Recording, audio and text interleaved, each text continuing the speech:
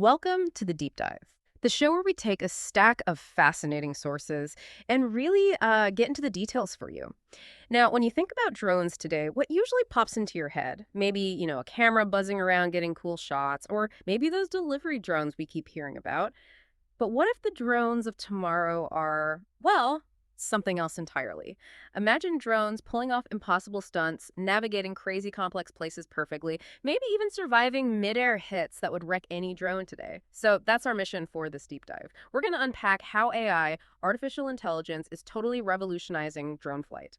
We'll dig into how these machines are getting smarter, more capable, and frankly, way more resilient than we ever thought possible. We'll look at the basic physics, the really cool AI stuff, and what's actually happening out there right now or what's just around the corner. Yeah, and to really get a handle on this, we've pulled together a pretty wide range of material. We're looking at historical accounts, the very first attempts at getting these multi-rotor things off the ground. Then there's the basic physics, how they even stay up there. But then we jump right into the cutting edge. Research papers on advanced AI, profiles of the companies actually building this stuff, and even some surprising scenery, like where some of these ideas actually came from. It gives you a really full picture of this incredibly exciting field. The core evolution from unstable mechanics to AI-powered stability. It's funny, when you see a modern drone just hanging there perfectly still or moving so smoothly, it really does feel like magic. But here's something that might blow your mind a bit, and it's key to understanding everything else. That stability, it's kind of an illusion. Multi-rotor drones are, fundamentally unstable. It feels totally backwards, doesn't it? But you're absolutely right. That inherent instability is foundational. To really see it, let's jump back to 1907. France. The Breguet Brichet gyroplane #1. Picture this. 4 rotors, kind of like a modern quadcopter, but basically no effective way to control it. Our sources. They describe it as wildly dangerous, an unbalanced flying table. It barely lifted off, and even then it had ropes holding it down. Tethered, wow. Yeah, tethered. It proved you could get lift, sure, but control, stability, not even close. The core issue was multi-rotors just are unstable. Without incredibly fast automatic corrections, flying them manually was, well, pretty much impossible. And what's really wild is the basic physics, how propellers work. Lift, torque people understood that stuff for like 100 years before stable drones became a thing.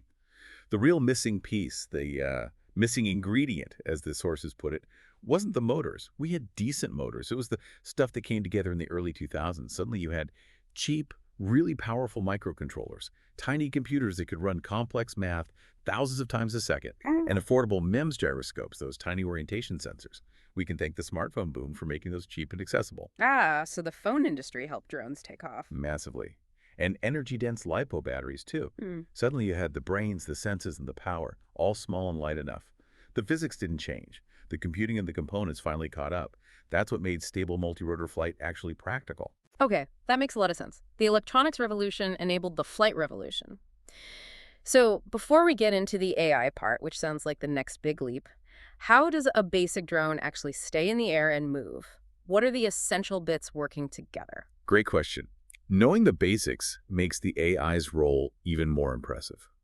So you've got a few core things working together constantly. First, the motors and propellers.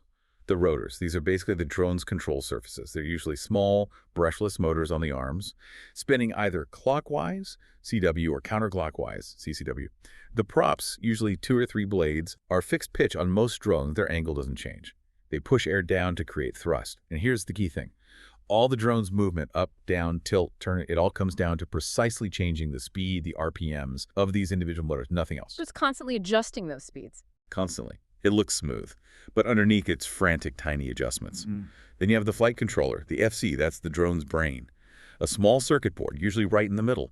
This little computer is adjusting motor speeds hundreds, sometimes thousands of times every second. It takes commands from a pilot or an autopilot and reads all the sensor data, the IMU, GPS, barometer. Our sources are clear. Without the FC, manual control. Impossible. It's the conductor of the orchestra. Okay, the brain. What feeds it information? You mentioned sensors. Right. The most critical one for stability is the IMU, the inertial measurement unit. It's a tiny chip, often on the FC itself. It's got gyroscopes measuring rotation, accelerometers measuring acceleration. Like in your phone. Exactly like in your phone. Sometimes a magnetometer, too, for compass direction. It tells the FC which way is up, how fast it's tilting or turning. Without the IMU, the drone basically has no idea of its orientation. Instant crash. Guaranteed. Got it. Brain senses. What actually tells the motors how fast to spin? That's the job of the ESC's electronic speed controllers. These are usually small boards near each motor, or sometimes grouped together. They take the digital signals from the flight controller and turn them into the precise voltage the motors need to spin at exactly the right speed. We're talking microsecond precision here. Wow. Yeah, that speed is crucial for stability. So those four motors props, FC, IMU, ESCs, those are the core flight system.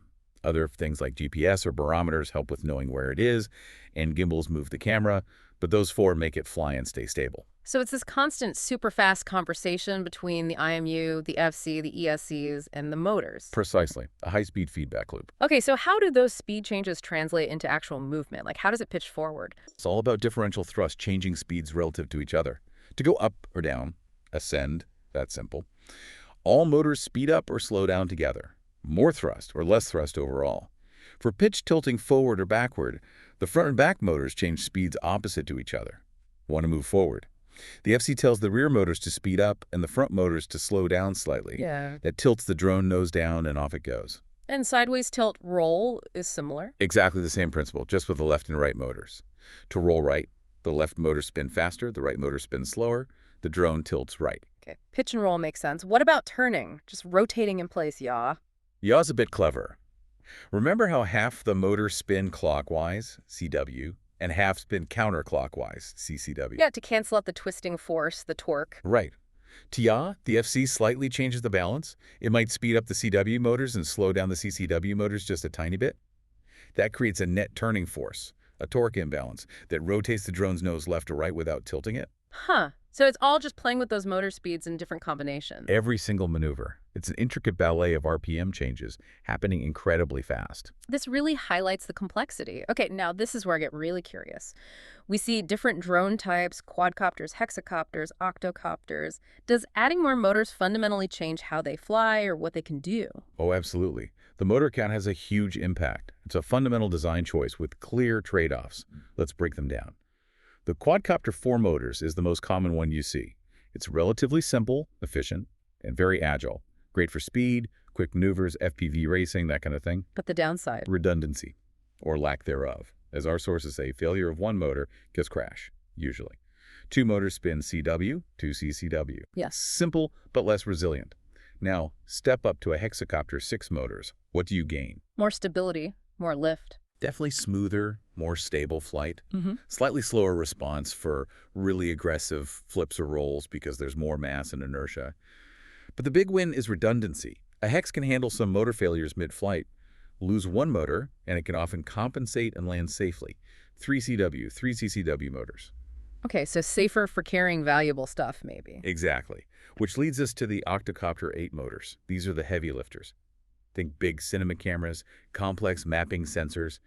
They are incredibly stable, and the redundancy is fantastic. They can often survive 1 or even 2 motor failures. That's crucial for safety when you've got expensive gear or flying over people. 4 CW, 4 CCW. But the trade-off is agility again. Yeah, they're generally slower for really extreme acrobatics. They're built for stability and payload, not nimble tricks. So the basic summary is more motors usually mean smoother, safer, heavier, less nimble.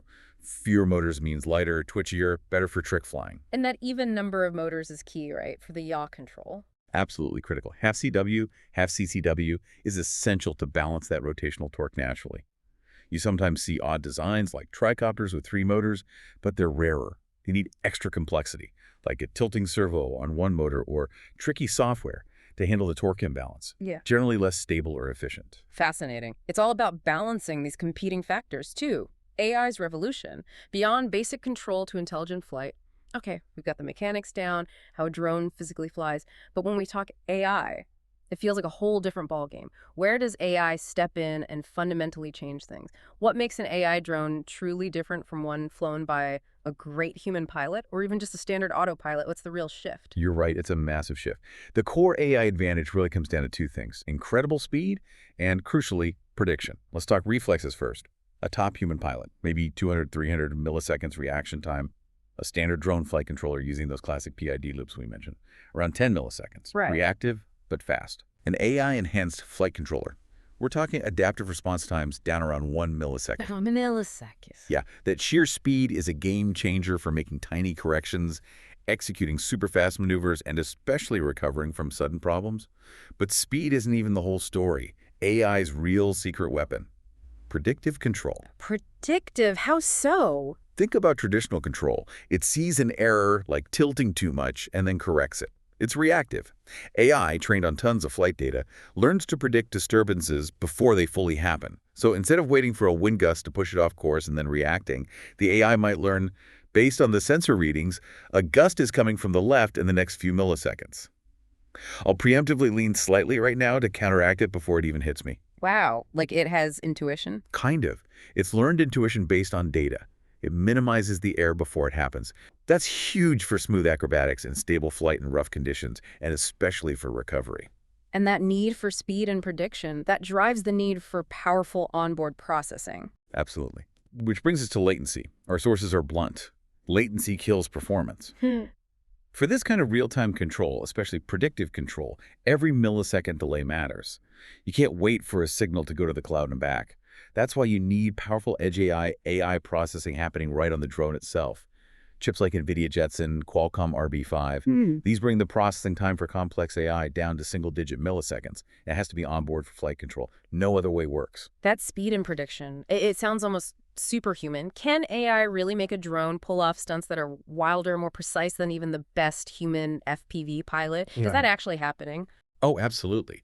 This is where we get into what the sources call programmable perfection. And yes, it's happening. AI offers precision control beyond human reflexes. Why? Because it can digest and react to way more sensor data, IMU, accelerometers, cameras, LiDAR, barometer, much faster than our brains can. It can anticipate tiny wobbles from wind or its own prop wash during a crazy trick and make instant micro-corrections we wouldn't even perceive. This allows for perfect timing and balance every time for things like complex loops, corkscrews, perfectly stable inverted hovers, snap rolls, tight orbits around objects, maneuvers that push the limits of physics and human skill. So it's not just doing the trick, it's doing it perfectly every time. That's the goal. And it goes beyond just executing pre-programmed moves. AI enables dynamic adaptive flight. It learns from thousands, maybe millions, of simulated or real flights. It builds predictive models. It learns things like, if wind hits me from this angle at this speed, adjust motor 3 by X%, or if I feel the instability starting during the entry to an inverted maneuver, change my roll rate by Y. This makes something truly amazing possible: autonomous freestyle. Imagine a drone not just performing tricks, but potentially designing its own new aerial maneuvers, optimized for its capabilities in the current conditions. A drone designing its own tricks? That's wild. It's where the research is heading, from human skill to algorithmic creativity. Okay, let's ground this a bit, talk about some specific maneuvers. How does AI take something like a loop or a roll and perfect it? Right, so a human doing a loopy-loop involves pitching forward, managing throttle up, then down when inverted, then pitching back. It requires feel and timing. A barrel roll is full roll input, maybe a bit of throttle management. Flying in circles needs that coordinated roll and yaw. It takes practice. AI takes these inputs but executes them with millisecond precision and makes continuous micro-adjustments throughout the entire maneuver based on real-time sensor feedback.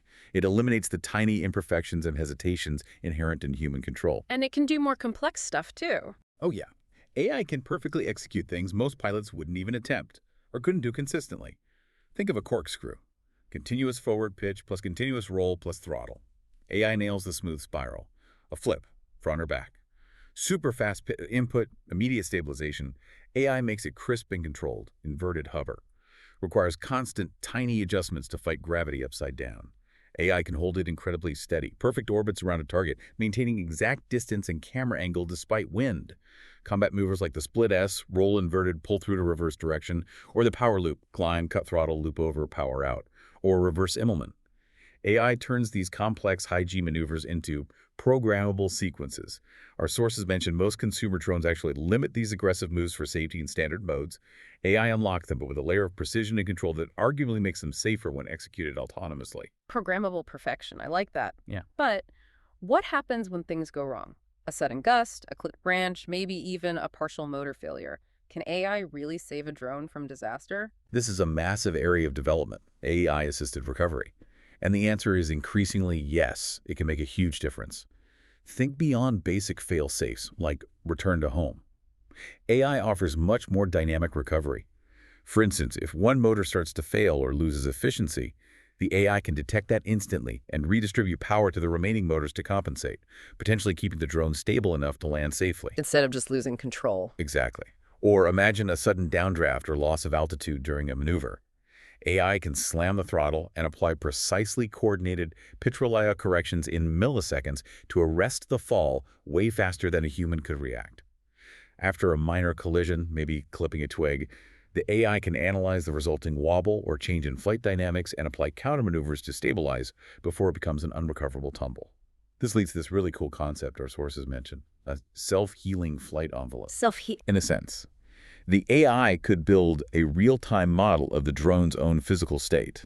If it gets damaged, maybe loses part of a propeller blade or the weight shifts slightly, the AI could estimate the new center of gravity, understand the reduced lift or increased vibration, and instantly adapt its control algorithms to fly the damaged drone as effectively as possible. So it relearns how to fly itself after being hit. That's the idea. Now, let's be realistic. AI can't break the laws of physics. If you shear off a whole arm or lose multiple motors completely, a crash might still be unavoidable. Right. But even then, AI can dramatically mitigate the outcome. It might execute a controlled crash landing, trying to minimize impact source or land upright, or it could detect severe damage and find the safest possible spot for an emergency auto landing, turning a catastrophic failure into something potentially recoverable. Okay, that's impressive. Are there specific dangerous situations AI is particularly good at handling? Yes, a classic one is vortex ring state, VRS. This is a really dangerous aerodynamic condition. Basically, if a drone descends too fast straight down into its own disturbed air, its prop wash, it can suddenly lose a massive amount of lift and just plummet. Very hard for human pilots to recover from sometimes. Okay. AI systems can monitor airflow and descent rate, detect the early signs of VRS developing, and automatically take evasive action like tilting sideways to fly out of the turbulent air or precisely reducing the descent rate before the lift collapses. Our sources call this one of the top failure modes. AI autonomy can actively prevent better than humans. That's huge for safety. And this isn't just theory. People are actually doing this. Oh yeah, absolutely. Experimental systems are showing incredible results. DARPA's FLA program, Fast Lightweight Autonomy, they basically challenge AI drones to fly super aggressively through obstacle courses like forests without GPS. They expect crashes as part of the learning process, and it's driven huge leaps in robust, real-time control and mapping. Researchers at ETH Zurich have demonstrated drones regaining stable flight after losing up to half their propeller area mid-flight. Half. Wow. Yeah. Even in drone racing, simple neural networks are being used to help drones self-correct their balance after minor bumps or collisions during a race. The whole field is moving towards safety-critical systems, like in manned aviation. Future AI will constantly run what-if scenarios, simulate potential failures, calculate the best emergency maneuvers, and even manage graceful degradation like, okay, I've lost motor 2, can I still fly safely? What's my new performance limit? What's the safest landing profile now? It's about building resilience right into the core logic. 3. The brain's architecture, how AI is built on board. This sounds incredibly layered and complex, almost like a biological brain adapting. How is all this AI actually structured inside the drone? It can't just be one giant AI program doing everything, can it? No, definitely not. You've hit on a key point. It's a very structured modular architecture. Our sources often describe it using 7 logical layers of autonomy, with AI playing a crucial role in pretty much all of them, all working together in a fast loop. At the bottom, layer 1, is the sensors layer, the drone's eyes and ears. This layer just gathers the raw data. IMU data, attitude, rotation, GPS position, barometer, altitude, cameras, visuals, LiDAR, precise distance, maybe ultrasonic sensors for close range, thermal for heat, even microphones sometimes. And a really critical concept here is sensor fusion. AI gets way better when it combines data from multiple sensor types to get a more complete and reliable picture of the world. Okay, raw data comes in, then what? Layer 2 is the perception layer. This creates the world model. It takes that raw sensor data and turns it into something the drone can understand, usually an internal 3D map or model of its surroundings. This involves sensor fusion, as we said, also SLAM simultaneous localization and mapping. That's huge. It's how the drone builds a map of an unknown area while figuring out its own position within that map. Obstacle detection, terrain mapping, and increasingly semantic scene understanding. That means the AI doesn't just see an obstacle, it identifies what it is. That's a tree, that's a person, that's a power line. This layer is where key AI-powered advances happen, especially using deep learning for recognition. So it builds a map and understands what's in it. What's next? Layer 3 is localization, the where am I layer. This figures out the drone's precise position and orientation in the world or within its SLAM map. It fuses GPS, if available, with IMU data for tracking movement between GPS fixes, VIO, vision-based odometry tracking movement by watching how the camera view changes, and the SLAM map itself. This is absolutely vital for flying in places where GPS doesn't work, indoors, tunnels, deep urban canyons. If the drone doesn't know exactly where it is, it can't navigate effectively. Makes sense. Know where you are, know what's around you, then figure out where to go. Exactly. Layer 4 is path planning. Where do I go next? Based on the mission goals, like fly to point B or inspect that pipeline, and the world model from the perception layer, knowing where obstacles are, this layer computes the best flight path. It uses algorithms like A-star for finding efficient paths, RRTs for exploring complex spaces, or MPC, model predictive control, for optimizing smooth trajectories. And AI is revolutionizing this too, creating adaptive planners that can adjust mid-flight as the world changes. If a new obstacle pops up, the AI planner can find a new route instantly. Reinforcement learning is also being used here for smarter planning. Okay, so it has a path. How does it actually fly that path? That's layer 5, the control layer. How do I move? Okay. This layer takes the planned path and translates it into specific commands for the motors via the ESCs. It uses those classic PID loops for basic stability, keeping level, holding altitude. But AI enhances this significantly, makes those predictive adjustments we talked about, anticipating disturbances and reacting faster and smoother than basic PID alone. It refines the execution of the plan. So that's the low-level how to fly. Is there a higher level making decisions? Yes, layer 6 is the decision-making layer. Why am I doing this? Yeah. This handles the high-level mission logic, the strategy. This is where true autonomy really shines. It asks questions like, should I continue the mission, or is the weather getting too bad? Is my battery level okay? I see an unexpected obstacle, not on my path. How should I react? Go around, wait, alert someone. Am I supposed to be following that moving car? This layer is often driven by things like AI-powered behavior trees or complex reinforcement learning agents that have learned optimal strategies for different situations. It's the cognitive part. And the final layer, you mentioned 7. The crucial 7th layer, fail-safe and recovery. What if something goes wrong? This layer constantly monitors the drone's health and the environment for emergencies. It triggers recovery actions, redundancy checks, managing motor failures, stabilizing after a collision using those adaptive techniques, finding safe landing spots, implementing graceful degradation, operating with reduced capability if needed. Our sources say this layer is where AI shows massive potential for dramatically improving safety and reliability, especially for complex autonomous missions. It's a safety net and the recovery expert, all rolled into one. Wow. That is an incredibly sophisticated stack. It really does sound like a mini brain. But again, running all those layers, perception, planning, control, decision-making in real time sounds computationally intense. How is that even possible on a small drone? Is the hardware keeping up? It is, and that's the other half of the revolution. The hardware has advanced just as dramatically as the software and AI concepts. First, the onboard compute power available now is astounding. These specialized AI processors like the NVIDIA Jetson series, Qualcomm's robotics platforms, RB5, etc., Intel's Movidius chips, they've become incredibly smaller, more power efficient, cheaper, and easier to program. They're designed specifically to run neural networks and complex algorithms very quickly, right on the drone. And you can program them using standard AI frameworks like TensorFlow or PyTorch, often integrated with ROS2, the robot operating system, which makes building these complex systems much easier. So the chips got way better and easier to use. Exactly. Yeah. Second, the sensors themselves. LiDAR used to be bulky and cost tens of thousands of dollars. Now you can get small, solid-state LiDAR for a fraction of that. Same for high-resolution cameras, stereo cameras, time-of-flight depth sensors, advanced IMUs. They're all mass-produced, tiny, and relatively cheap now. And that's driven by phones and cars again. Largely, yes. The huge scale of those markets drove down the cost and size, and drone makers get to benefit directly from that massive R&D investment. It's a huge enabler.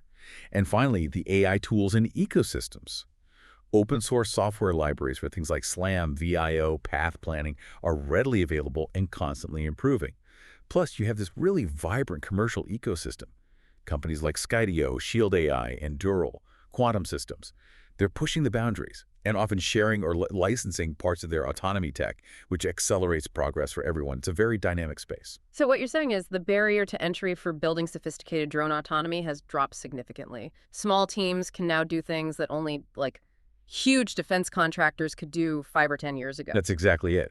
The technology is democratizing rapidly. It's getting lighter, smarter, cheaper, and more accessible. That's why we're seeing such an explosion of innovation across so many different applications, not just the high-end military stuff. Okay, so who are the companies really pushing the envelope right now? Can you give us some examples of who's demonstrating these advanced AI capabilities out in the real world? Yeah, definitely. It's moved well beyond the lab. Let's look at some key players our sources mention, illustrating different levels of AI autonomy. A name that comes up constantly is Skydio. They're famous for what you might call Level 2, obstacle-aware autonomy. They use powerful onboard NVIDIA GPUs and really sophisticated computer vision. Their drones can essentially fly themselves like an expert pilot through incredibly complex environments, dodging trees, power lines, even tiny branches, day or night. That period around 2018-2020, when their first truly autonomous drones came out, is often called the Skydio moment. It really demonstrated commercial, AI-powered obstacle avoidance and subject tracking in a way nobody had seen before. Right, I remember seeing videos of those flying through forests. Pretty amazing. Totally. Then you have companies like Shield AI. They're operating more at level 4, GPS-free indoor operation. Ah, Their Nova quadcopter and the larger VBAT drone use their HiveMind AI to fly and operate fully autonomously in places where GPS is completely denied, inside buildings, underground tunnels, complex urban structures, even in active combat zones. Their tech is actually used by U.S. Special Operations Forces, which tells you how robust and reliable it is for high-stakes missions without GPS. wow. Okay, what else? There's also cutting-edge research pushing boundaries, like the MIT Adaptive Controller. This is more like Level 3, Adaptive and Robust Control. It's a prototype system that uses meta-learning, learning how to learn to adapt its flight control in real time to things like wind gusts, reducing flight errors by around 50%. It shows how AI can make drones learn and improve dynamically. And looking at carrying people, EHang in China is a major player. Yeah. They represent Level 6, fully autonomous passenger drones. Their EHang 216 drone has actually received regulatory approval for limited autonomous passenger flights in China. That's a huge milestone for autonomous air taxis. Flying people with no pilot? That's the goal, yeah. Limited operations for now, but it's happening. Then in the defense space, you have Anduril. They're building Level 5, swarm intelligence. Their drones, like Lattice and Fury, are designed for autonomous operation and coordinating in swarms, performing complex tasks together using AI. Companies like Quantum Systems use similar high-end AI processors, dual jets and Orans, for autonomy in their eVTOL surveillance drones. And Edge Autonomy focuses on long-endurance AI-powered drones for intelligence, surveillance, and reconnaissance, ISR. So it's really happening across the board: consumer, industrial, military, even passenger transport. Exactly. AI in drones isn't science fiction anymore. It's delivering real systems today that can navigate obstacles, recover from problems, fly without GPS, work together in swarms, and even start carrying people. The pace of progress is just incredible. Yeah. Forche, the broader impact and future horizons. This tech is clearly mind-blowing, but let's bring it back to the listener. Why should you care about all this? How does AI drone tech translate into real-world benefits beyond just cool stunts or specialized military gear? What's the payoff? That's really the key question, isn't it? And the impact is broad and significant. First, at a basic level, it enables cheaper, safer operations across many industries. If the drone can handle more of the complex flying itself, you need less highly specialized pilot training for certain jobs. And the improved stability and recovery we talked about means fewer accidents, less damage, and critically, less risk to people on the ground or the operators themselves. Okay, safer and cheaper. Where else? We'll think about all the mission-critical uses where AI makes things possible or drastically better. In firefighting, an AI drone can autonomously fly precise orbits or corkscrew patterns around a fire perimeter, mapping it accurately while staying clear of smoke, giving commanders real-time data that's impossible to get otherwise. For inspecting things like power lines, bridges, or wind turbines, AI drones can navigate extremely close, thread through complex structures using SLAM, and autonomously identify tiny cracks or defects that a human might miss or would be too dangerous to get close to. We mentioned military uses like swarms, but also things like persistent surveillance, where the AI handles the long, boring flight patterns flawlessly. In logistics, AI is the key to enabling true beyond visual line of sight, BVLOS delivery. Drones flying autonomously over long distances, navigating airspace, handling weather. That's how widespread drone delivery becomes viable. Wildlife monitoring.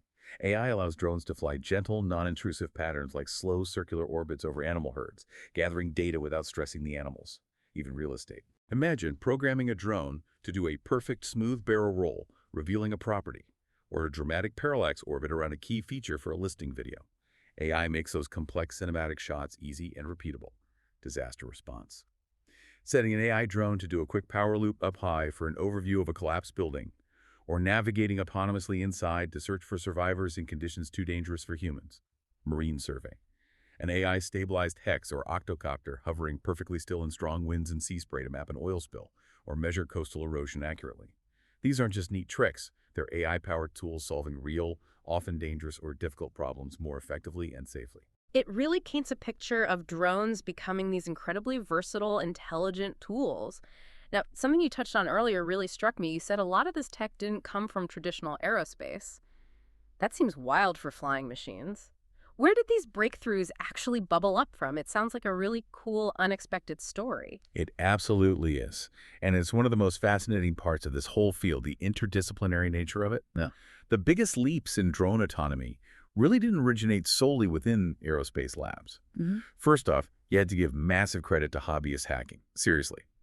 The very birth of hobby drone autonomy, as some sources call it, came from open source flight controllers like Multi-Wii. And guess what the Wii part means? No way. The Nintendo Wii. Yes, the original Multi-Wii project literally used the motion controller from a Nintendo Wii, that little sensor bar, as its gyroscope and accelerometer. Think about that. A cheap video game accessory provided the core sensor data that launched the entire DIY multi-rotor revolution. It's incredible grassroots innovation. That is amazing. Okay, what else? Video game technology in general had a huge, if sometimes indirect, influence. Early AI-like pathfinding and obstacle avoidance techniques used in drones were inspired by algorithms developed for real-time strategy, RTS games, getting virtual units to navigate complex maps efficiently. Things like a search, potential fields, and maybe more importantly, the relentless demand from gaming for better graphics drove the development of incredibly powerful GPUs, graphics processing units. These GPUs turned out to be perfect for running the parallel computations needed for modern AI, like deep learning for object recognition. So, gaming inadvertently massively accelerated AI drone autonomy by providing the affordable, powerful hardware needed to run the AI on board. So my gaming habit helped build smarter drones. I'll take it. Kind of, yeah. Then there's the massive influence of self-driving cars.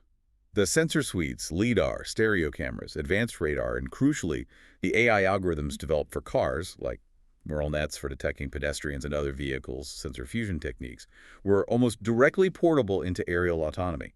This synergy meant AI drones could leap forward 5 to 10 years faster than they otherwise would have.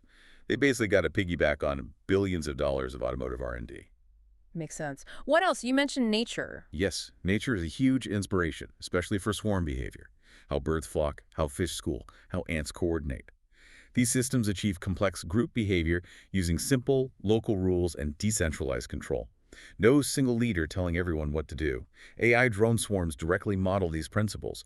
Companies like Anduril and military research labs are building operational swarms that use these bio-inspired algorithms for cooperative sensing, searching, or even defense. Mimicking nature's algorithms. Cool. Anything else? One more key influence was DARPA's approach, particularly their Fast Lightweight Autonomy FLA program.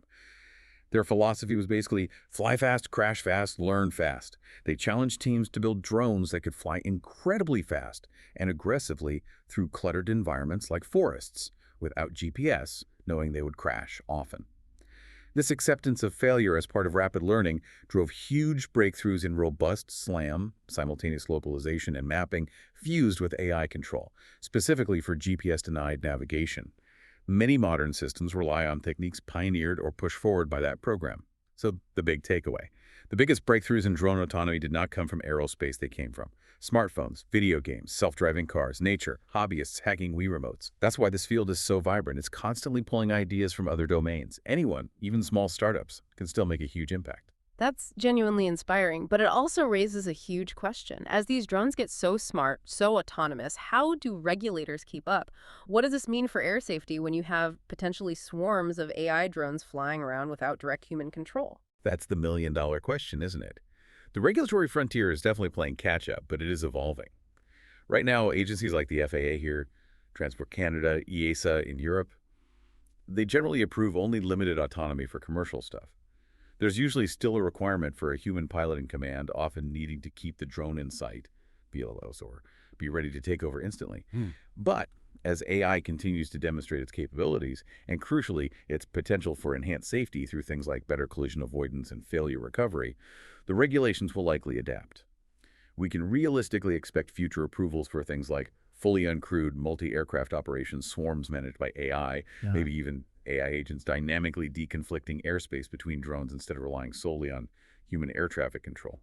And definitely widespread BVOS, beyond visual line of sight, operations driven by AI for things like delivery or long-range inspection. But how do you trust the AI? How does a regulator certify an AI pilot? That's where explainable AI, XAI, becomes critical. This is a major focus. Regulators will need assurance that the AI isn't just a black box. They'll want to know why the AI made a particular decision, especially a safety-critical one. So future AI flight systems will need to be designed with transparency and auditability in mind, able to log their reasoning and provide evidence that they're making safe, reliable choices. It's moving AI flight control into the same rigorous safety-critical certification territory as traditional manned aircraft systems. It's a huge engineering and regulatory challenge. Okay, so putting it all together, the physics, the amazing AI, the hardware getting cheaper, the regulations slowly adapting. What's the ultimate picture? Where is this heading? What can we realistically expect with these AI drones down the road? The trajectory is pretty clear, and it's exciting. In the near term, say the next 5–10 years, our sources are confident. This level of AI will absolutely be part of high-end drone systems. Expect to see things like professional freestyle AI drone shows doing incredibly complex synchronized aerial performances. Advanced emergency recovery systems will become standard, boosting safety significantly. And acrobatic filming using AI will allow for shots that are perfectly smooth, dynamically adjusted, and repeatable in ways that are incredibly difficult or impossible today. So that idea of programming complex stunts, that's realistic. Very realistic for professional systems. Imagine typing in a command like execute a triple corkscrew loop, followed by an inverted split S into a power dive, level out at 1 meter altitude, hold a 15-degree bank for a cinematic sweep shot. The AI flight controller would handle all the intricate real-time adjustments, managing motor speeds, pitch, roll, yaw perfectly, adapting to wind, and executing it flawlessly. And crucially, if something unexpected happens mid-maneuver, a gust, a motor glitch, maybe even bird strike, the AI's recovery layer instantly kicks in, attempting to stabilize, compensate, and complete the maneuver safely or execute a controlled abort. That's the vision. Beyond stunts and filming, what other wild capabilities might AI unlock? Well, the research is pushing into areas that sound like sci-fi but are being actively worked on. Things like intent prediction, an AI drone analyzing the movement of a bird or another aircraft and predicting, okay, that bird is likely going to turn left, and adjusting its own path preemptively. Maybe even emotional response modeling. A drone monitoring a crowd below, perhaps using visual or audio sensors and inferring the general sentiment, that crowd seems agitated, and deciding to autonomously reposition higher for safety or to be less intrusive. And a big one, negotiated airspace autonomy. Imagine drones talking to each other, machine to machine, cooperatively planning and deconflicting their flight paths in real time, creating a self-organizing, highly efficient, low-altitude airspace without needing constant human traffic control. It's not crazy to think that within a decade or two, AI piloting could be certified safer than humans for most industrial flights, completely changing how we approach aerial logistics, inspection, and monitoring. These won't just be tools. They'll be intelligent, resilient partners in the sky. So, the core physics of flight, that stays the same. Newton still rules. But AI gives us this incredible new layer, the ability to sense the world with amazing detail, model it instantly, predict what's coming next, and react with superhuman speed and precision. It's that powerful combination, physics mastery, sensor mastery, control system mastery, and that AI decision layer that unlocks the real magic here. It's a profound shift. And as you, our listener, think about this deep dive, knowing drones are evolving from simple machines into these intelligent, adaptable, resilient flying partners, what new possibilities does that spark in your mind? What could you do with a machine like that? Something to ponder. Until next time on the deep dive, keep exploring.